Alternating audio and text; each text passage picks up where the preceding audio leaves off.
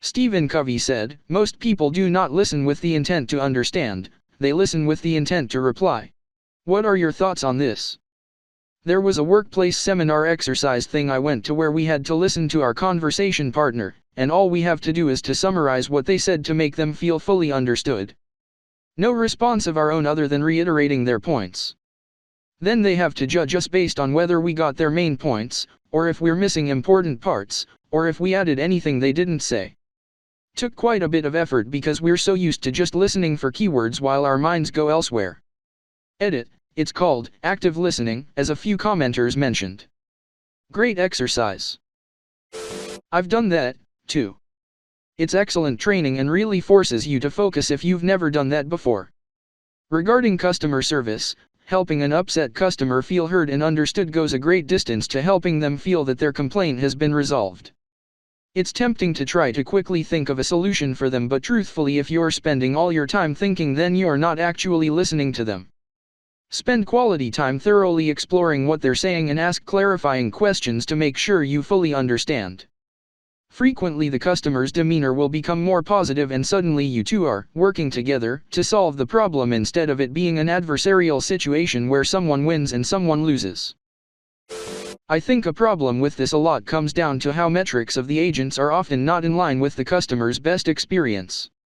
If you have a deadline or requirement to meet, it will add a level of tension and pressure to most people. Get told under 4 calls an hour is a problem and could lead to disciplinary action. Next, get a call with a very upset customer with an hour's worth of things to solve. Now you have an agent whose main goal is to get to the problems and apply solutions as quickly as possible to avoid trouble with metrics. This could lead to missed steps, confusion, and poor customer support. I'm not saying this is the case for everyone, but just an example of how many workers could be better listeners in customer service if their metrics and rewards lined up more with quality calls more than the quantity of calls. I worked in a call center for Sprint's billing department. I had so many frustrated customers call in for a variety of reasons. I could easily spend 20 or 30 minutes resolving their issues, but most of the time at the end of the call they were very thankful, some of them even on the verge of tears. Too bad my metrics were garbage, since my company did not measure success in terms of actually solving problems.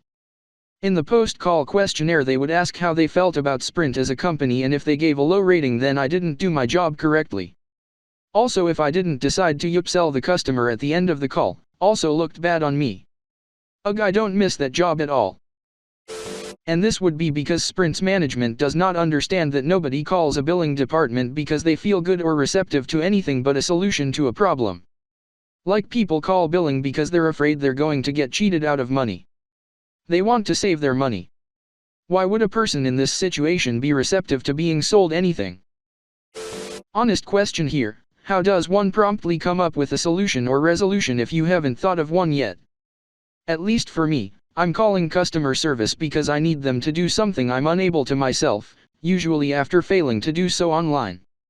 I don't need to be heard so much as receive competent service, but that's just me. Although from the other side, typically people just want the issue resolved, but some do want to be heard. A friend who needed some serious marriage counseling with his wife now live by this rule: when they're arguing, neither is allowed to respond to a statement until they have restated what was said, demonstrating understanding of it to their spouse's satisfaction.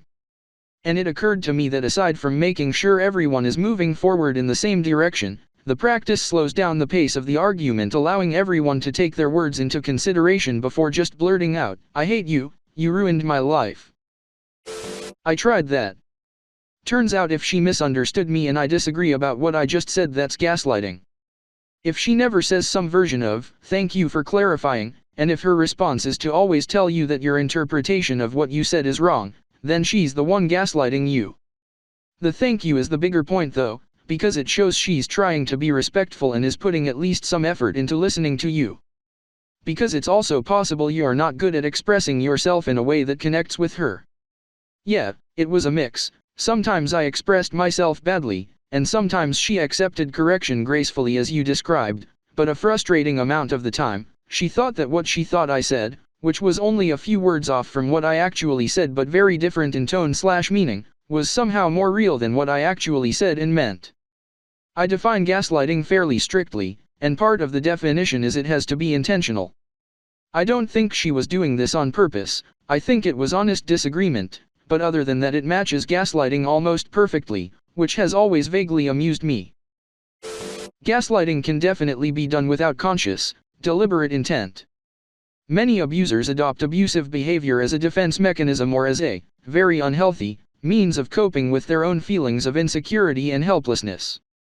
Nobody wants to believe that they're being the bad guy, so a lot of folks will subconsciously protect themselves from having to acknowledge their own behavior is wrong by mentally compartmentalizing it as something else.